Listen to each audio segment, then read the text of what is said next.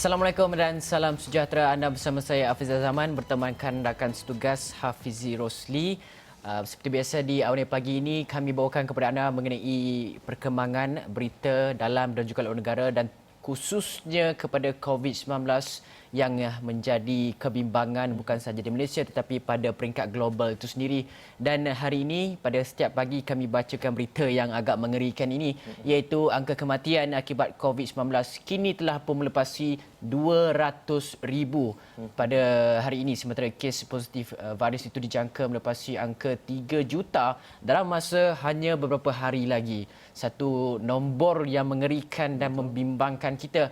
Dan menurut laporan daripada Reuters, separuh daripada jumlah kematian dilaporkan di Amerika Syarikat, Sepanyol dan juga Itali. Ini adalah tiga negara yang paling tinggi.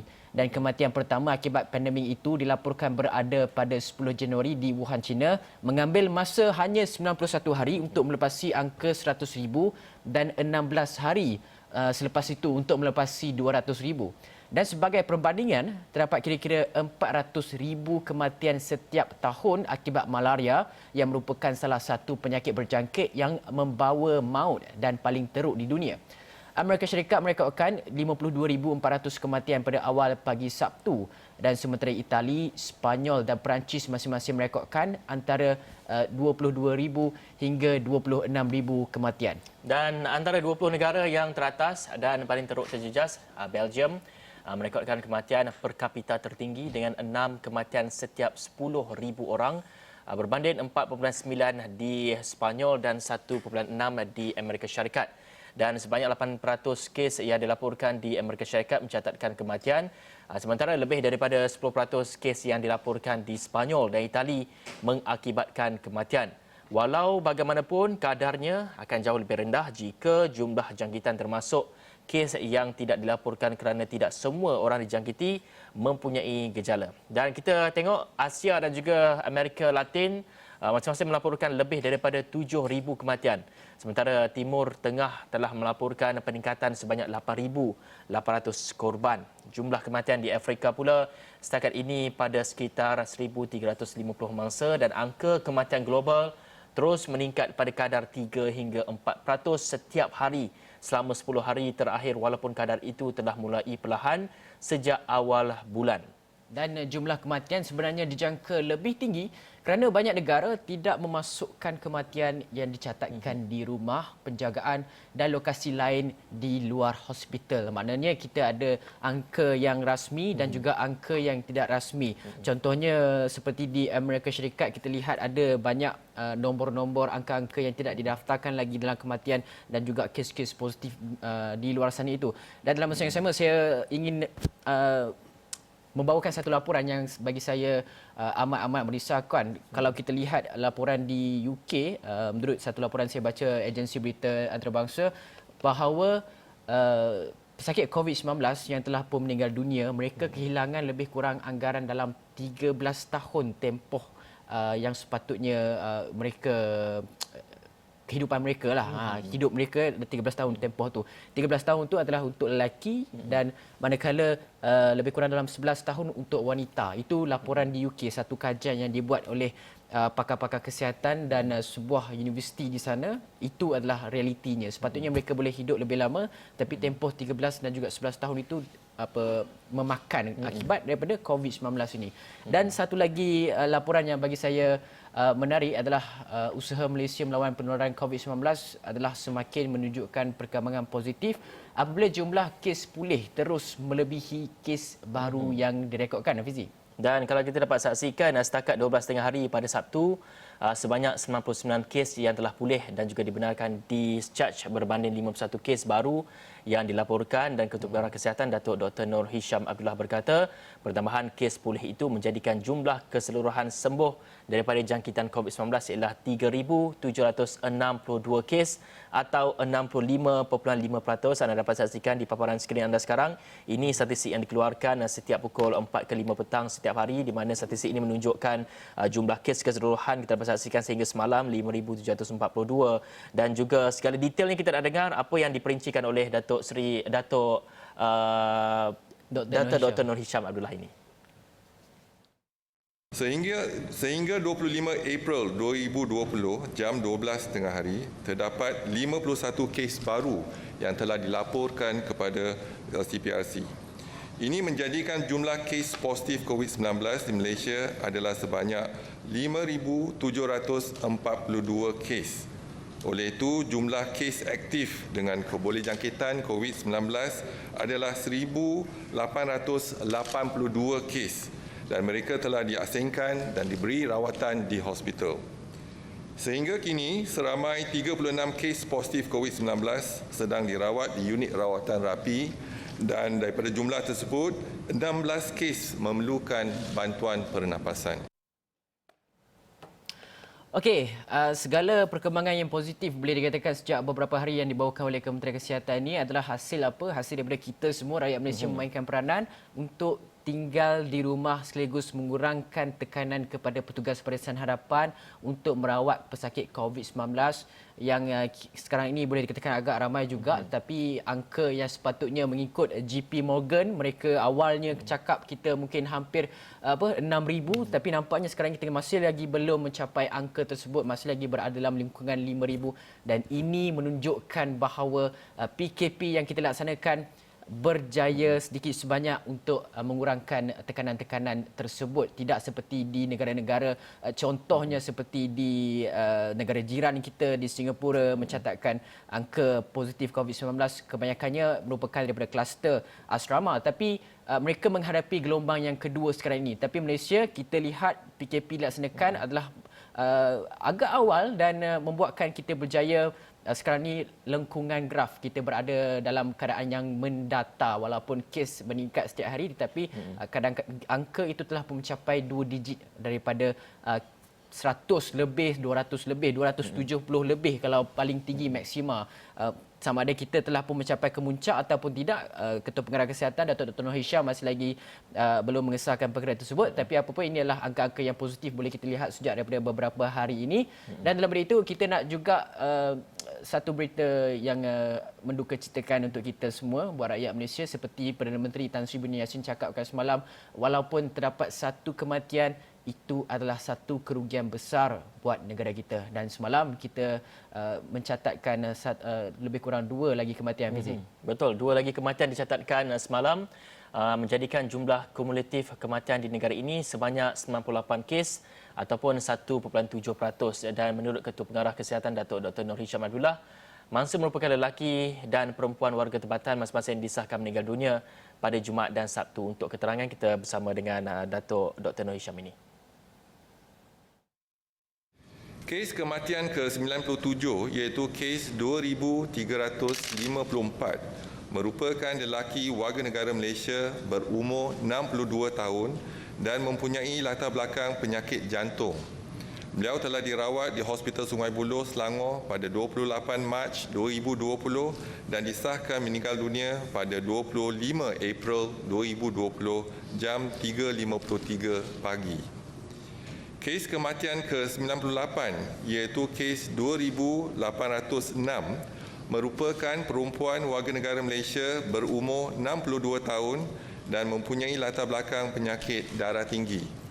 Beliau mempunyai sejarah kontak rapat dengan kes positif COVID-19 iaitu kes 1,346 yang merupakan anak beliau. Beliau telah dirawat di Hospital Kuala Lumpur pada 22 Mac 2020 dan disahkan meninggal dunia pada 24 April 2020 jam 5.43 petang. Okey, dalam masa yang sama juga, sejak daripada beberapa hari lepas, kita sekarang ini telah pun mula mendengar perkataan zon hijau, dan kebanyakan zon hijau ini terletak dalam di sebelah utara tanah air kita, iaitu dalam negeri Perlis, Kedah dan sebagainya. Mereka kalau kata sesebuah negeri itu ataupun sesebuah kawasan itu tidak mempunyai sebarang kes positif COVID-19 dalam tempoh 14 hari, negeri ataupun daerah ataupun mukim itu boleh dikategorikan sebagai dalam zon hijau. Tapi dalam masa yang sama juga, kita nak longgarkan perintah kawalan pergerakan, ada yang menyuarakan pendapat dan sebagainya. Beberapa pihak, beberapa pemimpin, beberapa badan-badan tertentu menyatakan bahawa mungkin di zon hijau ni kita boleh longgarkan sedikit untuk membenarkan rakyat menjalankan aktiviti ekonomi. Sebab kita tahu impak PKP, tak boleh nak keluar rumah, tak boleh nak berniaga dan sebagainya, memberi kesan yang sangat besar, terutama sekali dalam sektor perniagaan kecil dan juga sederhana. Tapi dalam masa yang sama juga, apabila sesuatu daerah itu dibuka semula kepada sektor-sektor ekonomi, rakyat dibenarkan keluar dan sebagainya, Dr. Nur Hisham kata ada sikap leka dan juga ambil mudah masyarakat dibimbangi boleh menyebabkan peningkatan kes jangkitan COVID-19 dalam kalangan kita.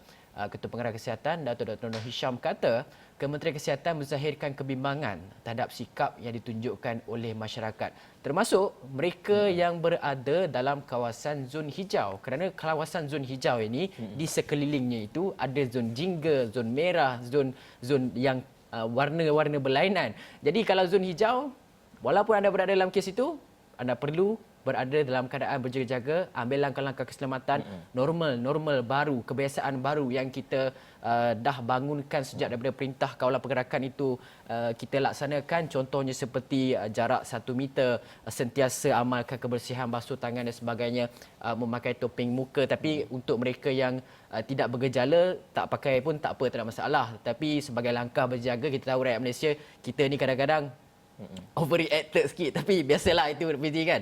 Okey, kita dengarkan sedikit apa kata Datuk Nur Hisham. Oleh itu, Kementerian Kesihatan Malaysia menyeru kepada semua masyarakat, termasuk mereka di kawasan yang diisytiharkan sebagai zon hijau, agar tidak leka dan kekal mematuhi PKP. Virus COVID-19 adalah musuh kita bersama, namun harus diingatkan bahawa kelalaian dan sikap ambil mudah masyarakat pula adalah sekutu kepada virus ini. Masyarakat juga perlu mengamalkan jarak sosial selamat sekurang-kurangnya 1 meter daripada orang lain, di samping mengamalkan tahap kebersihan diri yang tinggi seperti kerap mencuci tangan dengan air dan sabun. Baik, jika sebelum ni kita dapat dengar, iaitu dari segi kita nak menguji ataupun membuat saringan kepada pesakit-pesakit COVID-19 ini untuk menentukan sama ada mereka dijangkiti ataupun tidak menggunakan kit ujian makmal ini. Dan semestinya sebelum ini kita dapat saksikan Malaysia telah pun menguji lebih daripada 8,000 dan dinaikkan lagi dari segi keupayaan ujian makmal itu naik ke 16,000. Dan kali ini ada yang mengatakan, iaitu Datuk Dr. Nur Hisham Abdullah mengatakan kapasiti ujian saringan COVID-19 boleh ditingkatkan kepada 20,000 sehari. Dan ini satu perkembangan yang menarik sekali apabila kita mendengar, kerana ia bagi memastikan dari segi kita sendiri untuk memastikan sama ada kita ni dijangkiti ataupun tidak. Dan katanya keupayaan ujian makmal COVID-19 ini boleh ditingkatkan pada ketika ini, iaitu 15,000 kepada 20,000 dengan menggunakan kit ujian pengesanan antigen dari Korea Selatan. Dan kata Ketua Pengarah Kesihatan Datuk Dr. Nur Hisham Abdullah, bagaimanapun 200,000 unit kit ujian pengesanan antigen tersebut yang sepatutnya tiba semalam mengalami sedikit kelewatan. Kita dengarkan apa kata dia. Jadi kita jangkakan mungkin akan sampai pada minggu depan. Jadi diharapkan minggu depan kalau kit itu sampai, kita boleh guna untuk hospital-hospital kita. Jadi kapasiti untuk ujian kita ataupun keupayaan untuk ujian kita telah ditingkatkan ke 16,000. Dan kalau minggu depan kita dapat 200,000 lagi antigen rapid test kit, jadi dia akan meningkatkan lagi ujian kita mungkin ke 20,000 sehari. Tapi apa yang pasti, kalau Okey, pada awal perintah kawalan pergerakan yang dilaksanakan pada 18 Mac lepas, kita lihat ada ialah PKP ni pertama kali dalam sejarah. Semua orang tak tahu apa benda PKP, macam mana prosedur pelaksanaannya, peringkatnya macam mana, dan penjarakan sosial itu sendiri pun malah Perdana Menteri akui penjarakan sosial itu dia tak pernah dengar, beliau tidak pernah dengar pada awalnya, dan beliau belajar mengenai perkara itu. Dan sekarang ni semua rakyat Malaysia faham akan mengapa PKP itu dilaksanakan. Dan pada peringkat awal pelaksanaan PKP itu, kita lihat pelbagai reaksi yang rakyat Malaysia nyatakan. Ada yang nyatakan kenapa nak laksanakan, ada yang membangkang, ada yang menyokong dan sebagainya. Dan terdapat juga reaksi-reaksi rakyat Malaysia yang mengambil, kita tahu PKP dilaksanakan, semua kena duduk rumah dan sebagainya, ada yang ambil peluang untuk balik ke kampung walaupun pada ketika itu pihak berkuasa tidak membenarkan ia berlaku. Tapi dalam masa yang sama, kerajaan mendengar sedikit sebanyak reaksi ataupun keluhan rakyat, terutamanya golongan pelajarnya yang tersangkut, terkandas di universiti, dan juga mereka yang pulang ke kampung pada awalnya apabila dah masuk dah lebih kurang sebulan lebih. Sebulan lebih sekarang ni, ada yang cakap dah tak ada baju nak pakai lah, dah tak ada ruang dekat diri sendiri lah dan sebagainya. Banyaklah isu-isu dan sebagainya, dan membuatkan orang ramai yang kita lihat di laporan extraordinary.com, kerajaan telah pun mengambil inisiatif untuk melihat kepada perkara tersebut dengan menyatakan bahawa pergerakan antara negeri 1 hingga 3 Mei ini yang dibenarkan. Orang ramai hendak melakukan pergerakan antara negeri untuk tujuan yang dibenarkan semasa PKP perlu membuat permohonan melalui aplikasi Gerak Malaysia bermula esok 26, mana kata hari inilah start. Jadi download ataupun muat turun aplikasi tersebut dalam telefon pintar anda. Anda boleh lihat dan mohon sekiranya anda mahu melakukan pergerakan antara negeri untuk tujuan yang dibenarkan. Kata pengarah Jabatan Siasatan Jenayah JSJ Bukit Aman, Datuk Huzair Mohamed, mereka yang layak boleh membuat permohonan secara dalam talian susulan kebenaran pergerakan itu selama 3 hari bermula 1 hingga 3 Mei. Dan bagi yang membuat permohonan menerusi aplikasi Gerak Malaysia pada 26 April, hari ini mereka perlu mengemaskini permohonan pada 29 April untuk mengesahkan destinasi perjalanan, sedangkan status permohonan boleh dibuat pada 1 Mei. Dan katanya bagi mereka yang mempunyai aplikasi Gerak Malaysia perlu membuat permohonan, bagi mereka yang tiada aplikasi Gerak Malaysia perlu buat permohonan bertulis dan mendapatkan kebenaran daripada Balai Polis berdekatan. Dan katanya keutamaan perjalanan akan diberikan kepada pengguna aplikasi Gerak Malaysia. Beliau berkata sepanjang tempoh berkenaan, pengguna jalan raya dikehendaki merancang perjalanan mereka mengikut syarat yang ditetapkan dan mereka boleh menggunakan Lebuh Raya Plus. Diingatkan tak ada RNR ataupun ruang ataupun kawasan rehat dan juga rawat RNR akan dibuka. Semua aktiviti tempat makan, surau-surau yang ada di RNR itu tidak akan beroperasi, termasuklah di dalam bangunan, kawasan lapang, tempat letak kereta dan sebagainya. Hanya fasiliti untuk kita tandas saja yang dibenarkan untuk beroperasi kawasan letak kereta. Dan pengguna lebuh raya tidak dibenarkan keluar daripada kenderaan semasa tempoh rehat kecuali untuk menggunakan tandas awam. Stesen minyak akan beroperasi daripada pukul 6 pagi sampailah pukul 12.30 malam sepanjang lebuh raya dan dilarang melakukan sebarang aktiviti dalam tempoh perjalanan. Janganlah kita duduk berkonvoi dan sebagainya. Dan satu kenyataan media berhubung tata cara pendaftaran aplikasi Gerak Malaysia akan dikeluarkan semalam dan diikuti pada sidang media pada 29 April mengenai pergerakan mengikut negeri bagi memastikan perjalanan mereka berjalan lancar dan juga teratur. Ini adalah satu berita yang boleh dikatakan hanya sekali peluang yang diberikan oleh kerajaan untuk mereka yang mungkin benar-benar mahu melakukan dah ada banyak masalah sangat kat kampung waktu nak balik. Okey, baiklah Fizi, banyak lagi perkembangan lain yang ingin kita bawakan kepada anda. Selepas ini anda jangan ke mana-mana. Kita akan kembali selepas ini dengan laporan yang lebih baik.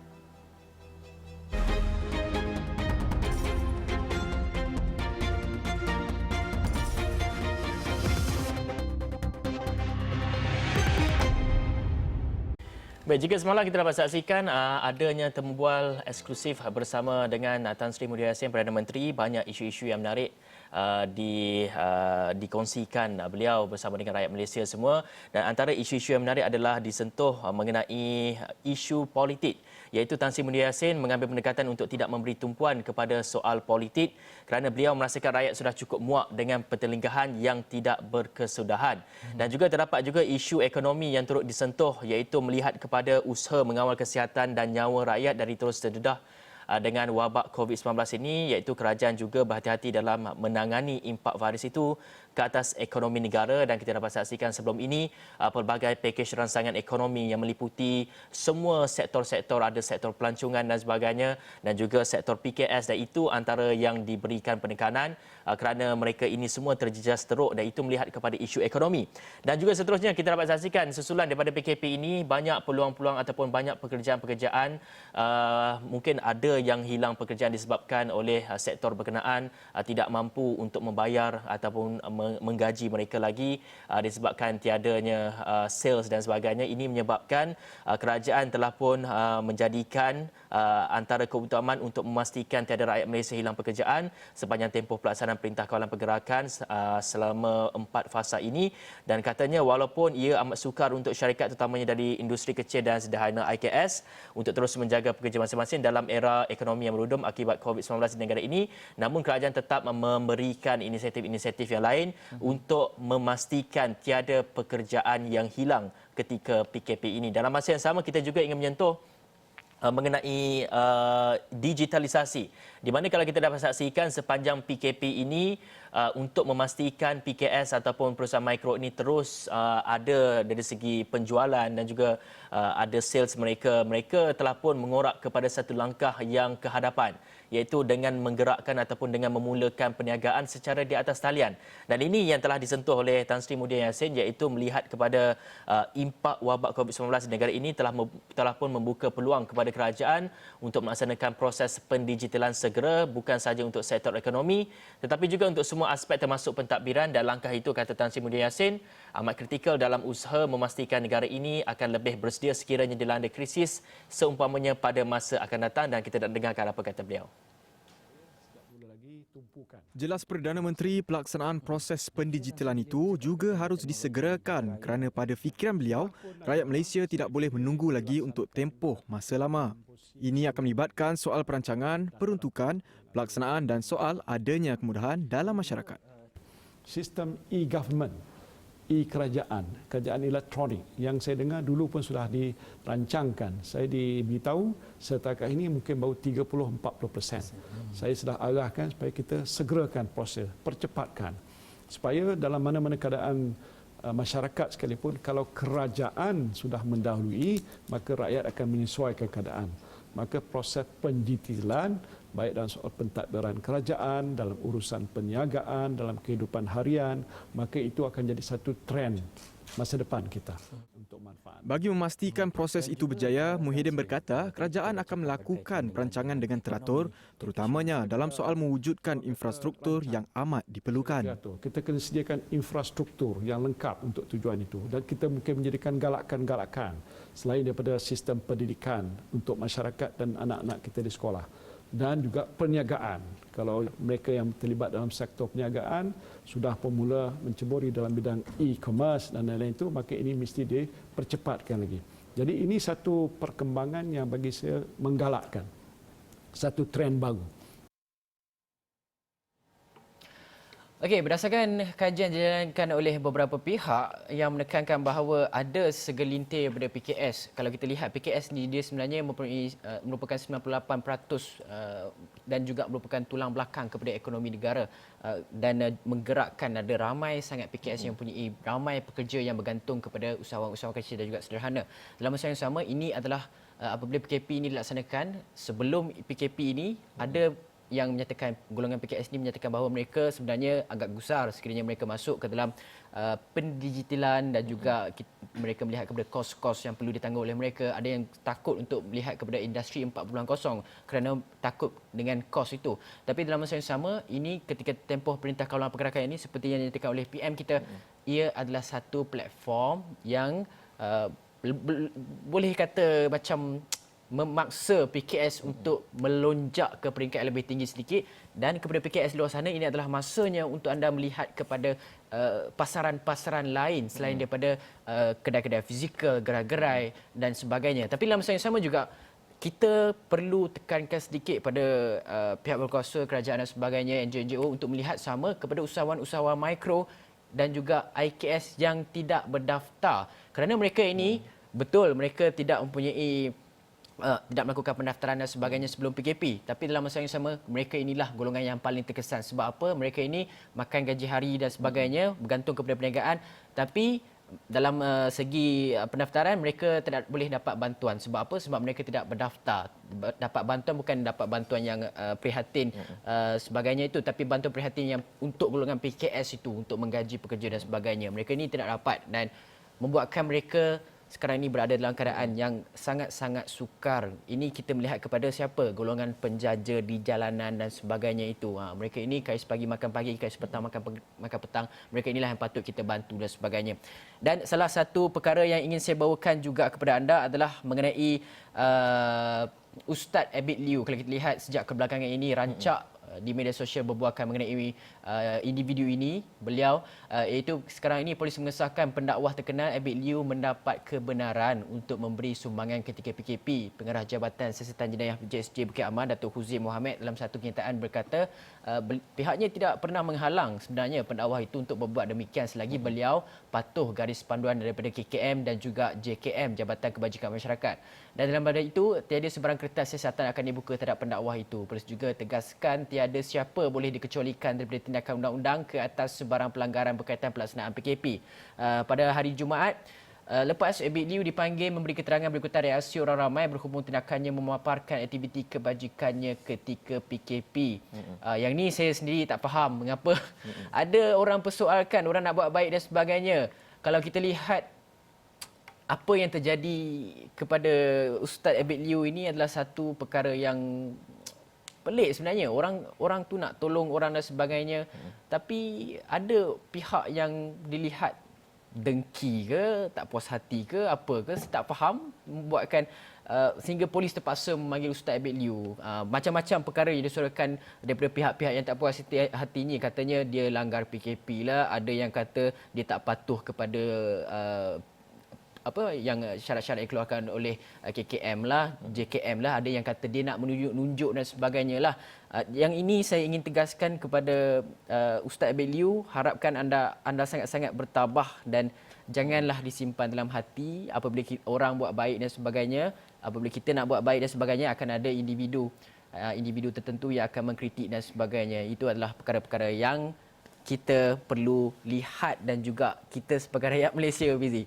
Dan kalau kita dapat saksikan, yang pasti sekiranya ada NGO-NGO di luar sana yang ingin menghulurkan bantuan, pastikan ikut segala peraturan ataupun segala SOP yang telah ditetapkan oleh kerajaan, supaya kita sebenarnya tujuan utama kita adalah untuk kita pastikan daripada segi untuk kerja-kerja kita membuat kerja-kerja memberikan makanan dan sebagainya ini tidak menyebarkan ataupun tidak menjangkiti orang lain dalam COVID-19 ini, dan pastinya ia tertakluk kepada semua lapisan masyarakat, tidak mengira anda adalah orang yang berada berpangkat tinggi ataupun orang di atasan juga orang bawahan, mesti mengikut peraturan-peraturan ini, kerana ini adalah peraturan yang ditetapkan untuk kita ataupun untuk kemaslahatan kita sendiri. Dan untuk itu Awani Pagi berakhir di sini. Jangan lupa saksikan 8.30 pagi dalam segmen Realiti Rakyat. Kita bawakan seorang iaitu organisasi NGO ini yang memberikan makanan kepada mereka yang memerlukan ketika PKP ini, dan juga kita bawakan industri pelancongan, bagaimana industri pelancongan terkesan